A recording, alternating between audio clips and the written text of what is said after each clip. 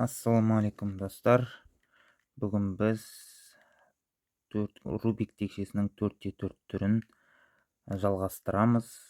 Бүгін біз мына қабырғаларды орындарына қоятын боламыз. Қабырғалар екі текшеден тұрады.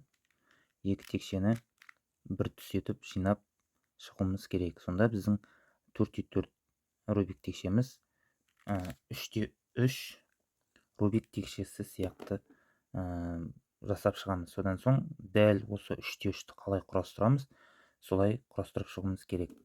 Ол үшін біздер мына қабырғаларды, мысалға мына қызыл түс болса, мына жерде де қызыл, сары түс болса, мына жерде де сары түс болу керек. Яғни бірдей етуіміз керек.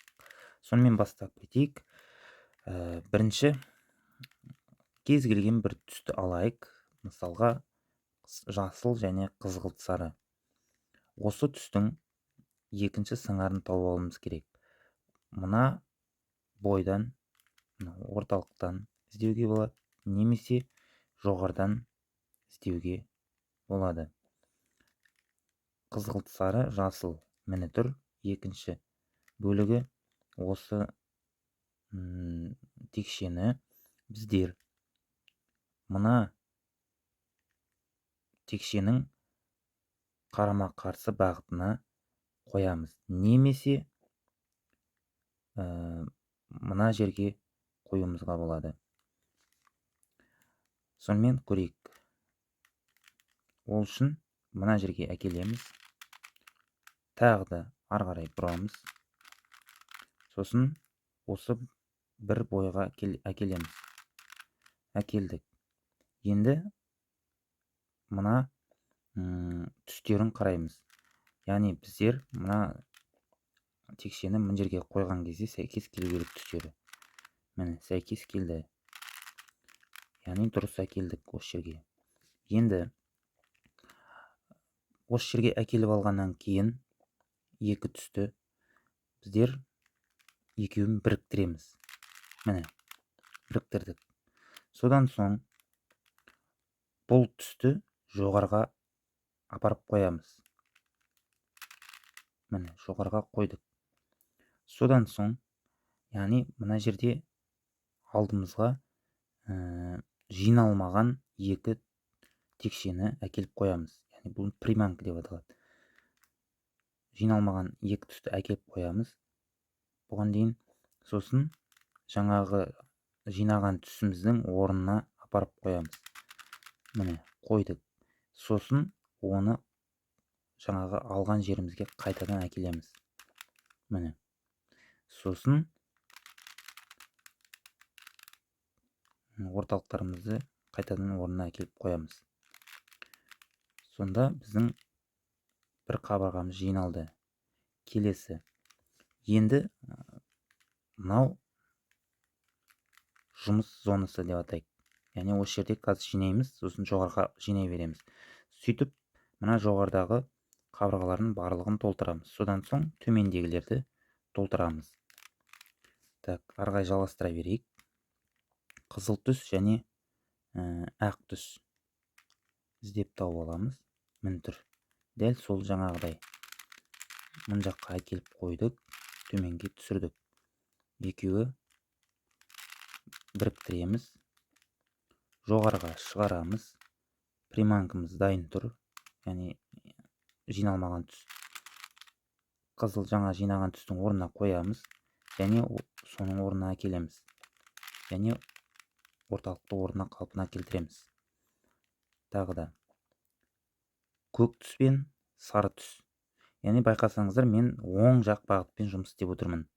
Маған сол ыңғайлы, оң жақ бағытпен, сіздер сол бағытқа да жинауларыңызға болады. Көк түс пен сары түс мына жерде тұр. Енді оны мына жұмыс зонасына әкеліп қойайық. Міне жұмыс зонасына әкеліп қойған кезде қазір бізде мынандай жағдай кездесті. Екеуі бір бағытта тұр. Олай болмау керек. Яғни мына әкелген түсіміз мына жерде тұру керек негізі. Енді мынандай жағдай болған кезде ешқандай қорқыныш жоқ. Бұны мына жерге қоямыз. яғни мына екінші линияға қоюымыз керек. Мынау бірінші линияда тұрса, оны екінші линияға апарып қоюымыз керек. Яғни бір линияда болмау керек. Көрейік, қойып, мынаны мына жерге қоюымыз керек. 2 рет қозғап, мына жерге қойдық. Енді мына түсімізді мына жаңағы тапқан көк сары түсімізбен біріктіреміз. Яғни орталықты 2 рет бұрамыз. 1, 2. Жиналды. Бұл жерде приманкамыз дайын. Жиналған түсімізді жоғарыға көтереміз. Приманкамызды орнына қоямыз, және түсіреміз. Енді жаңа біздер орталықты 2 қадам жасадық. Дәл солай 2 қадам жасап, орнына келтіреміз. Әкеліп қойдық. Келесі түсті іздейік. Қызғылт сары және ақ түс. Біздер тауып аламыз. Мына жерде тұр екен. Яғни міне. Екеуі мін тұр. Тағы да екеуін бір қатарға қойдық. Енді жоғарыға қою үшін приманкамыз болу керек. Яғни жиналмаған түсіміз. Мына жерде бізде барлығы жиналып тұр екен. Міне. Ақ қызыл, қызғылт сары жасыл, көк сары жиналып тұр. Тек мына жерде бір түс жиналмаған екен. Соны әкеліп қоямыз приманкамызды. Және жиналған түсімізді жоғары көтереміз. Оның орнына жиналмаған түсті қоямыз. Және орталыққа әкелеміз жұмыс зонасына. Сосын 2 рет, 1 рет бұрып орталықтарды орындарына қоямыз. Енді біздің жоғарыдағы қабырғаларымыз жиналды. Көбегімізді астыңғы бөлігін жоғарыға көтереміз. Бұл зонада барлығы жиналмаған екен. Жалғастыра береміз. Көк түс пен ақ түс тауып алайық. Мін тұр. Екеуі бір линияда келген екен. Сондықтан да бұны төменге түсіру үшін мына бағытқа апарамыз. Мына жерде тұр, мін тұр. Енді екеуін біріктірдік. Екі түсті. Приманкамыз дайын. Жоғарыға көтереміз. Орнына жиналмаған түсті қоямыз. Сосын орталыққа әкелеміз. 1, 2 рет бұрап, орталықты қайтып орнына келтіреміз. Келесі қызыл, көк мін тұр. Дәл қасында тұр екен. Екеуін келтірдік. Жиналмаған түсіміз дайын. Жиналған түсімізді жоғарыға көтереміз. Мынаны жиналған түстің орнына қоямыз. Және орнына әкелдік. Орталықтарды біріктірдік. Ары қарай көк, жасыл. Көк, жасыл мін тұр екен. Біріктірдік. Жиналмаған түсімізді әкеліп қойдық. Яғни приманкамызды. Жиналған түсімізді жоғарыға көтереміз. Жиналмаған түсімізді приманкамызды орнына қоямыз. Сосын қайтадан қалпына келтіреміз. Келесі көк және қызғылт сары. Міне екеуі мына жерде тұр екен. Қарама қарсы бағытқа бірінші қатарға қойдық. Екеуін келтірдік. Жоғарыда біздің барлық түс жиналған жағын қараймыз. Міне. Жоғарыға көтердік. Приманкамызды қойдық. Орнына келтірдік. Орнына қойдық. Келесі. Біздің төменімізде жоғарымызда түгел жиналды. Енді орталықтағы түстеріміз қалды. Міне екі түсті көріп тұрмыз. Жасыл және сары. Енді бізде жоғарыда да төменде де жиналмаған түстер бітті. Приманкамыз жоқ. Сондықтан да мына екеуін қоймай тұрып, жиналмаған түстерді жоғарыға шығарып аламыз. Міне екеуі мына жерде тұр. Біз мына түсті жоғарыға шығарып аламыз. Яғни приманка дайындап алуымыз керек. Міне, дайындап қойдым. Мына екеуі бір қатарда тұр, олай болмау керек. Яғни біздер мына жерге немесе мына жаққа қоюымыз керек. Мына жасыл сары түсімізді мына жерге қойдық. Міне. Енді біріктіреміз екеуін. Біріктірдік. Приманкамыз мына жерде тұр. Оны орнына әкелдік. Жиналған түсімізді жоғары оң бағытымызды бұрып қоямыз. Және жоғарыда бұрып орнына әкелеміз. Орнына қойдық. Екі бұрып орталықты қалпына келтіреміз. Енді бізде жиналмаған екі қабырға, үш қабырға бар екен. Бір қабырға, екі қабырға қалған екен. Енді бізде осы жерде формула қолданамыз. Бірінші, мына жиналмаған қабырғаларды бір бағытқа әкеліп алайық. Ол үшін мына жерге қоя қоямыз. Міне, екеуін бір бағытқа қойып алдық. Қалған түстеріміздің барлығы жиналды. Енді бұл жерде қалай болады? Бізде жиналмаған сары, қызыл және сары, міне екеуі. Бұның екінші бөлігі және жасыл ақ, міне екеуі тұр. Яғни бізде крест, яғни бұл әдісті флип деп аталайды. Флип әдісін орындаймыз. Яғни қарама-қарсы крестик болып тұр да. Мына жерде тұр және мына жерде тұр. Екінші жағдай болады. Мына жерде және мына жерде болады.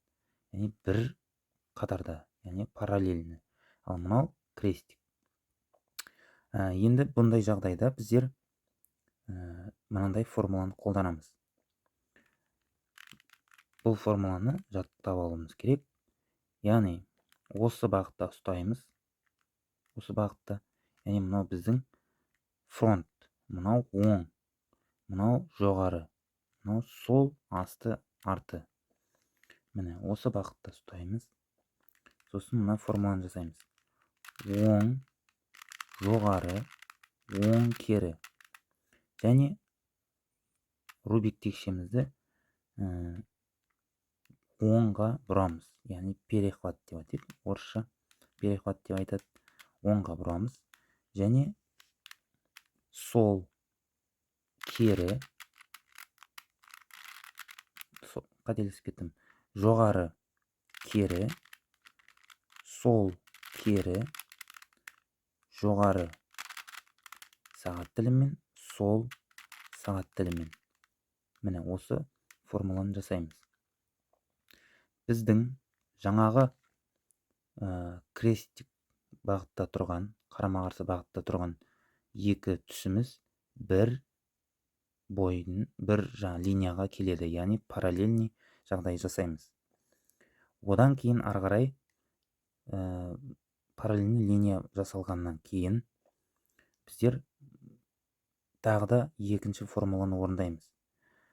Бұл формулада біздер мына 3-3 шартты белгілерді білесіздер. Жаңағы оң, жоғары, сол, асты, фронт, яғни барлық шартты белгілерді қысқаша әріптен, бастапқы әріптен белгілеп отырдым. Бұл жерде мына ортаңғы бөліктер бар. Бұл бөліктерді мысалға мына оң болса, мынау үлкен әріппен белгілеймін. Мысалға оң, о үлкен әріп. Мынау оң, кішкентай әріппен белгілеймін. Түсінікті ғой да? Енді формуланы орындайық. Бұл жерде міне жоғары. Егер де екі әріп тұрса, бірінші үлкен әріп, екінші кішкентай әріп тұрса, яғни мына екі бөлікті бірге бұраймыз деген сөз. Ал енді тек қана кішкентай әріп тұрса, онда тек қана ортасын бұраймыз. Міне. Түсінікті болар. Енді мына формуланы орындайық. Жоғары, кері, яғни екі қатарды бірге бұраймыз. Одан соң оң, жоғары, оң, кері, кубигімізді бұрамыз. Содан соң жоғары, сол, жоғары кері орнатып, сол, жоғары, сол сағат тілімен және жоғары үлкен әріп кішкентай әріпте тұрады, яғни екі қатарда бірге ұраймыз. Сонда біздің жаңағы келмей тұрған бір линияда тұрған екі түсіміз орнына келеді. Міне, орнына келді. Сонымен біздер төртті қабырғаларын түгелдей орындарына қойып шықтық. Сабағым аяқталды. Менің каналыма тіркеліп кетіңіздер. Лайк, комментарий жазыңыздар. Егер осы сабақтарды қайталап үйренсеңіздер, үйрендім деп жазып қойыңыздар.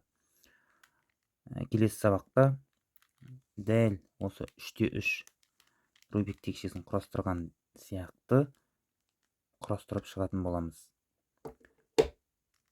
Сау саламатта болыңыздар.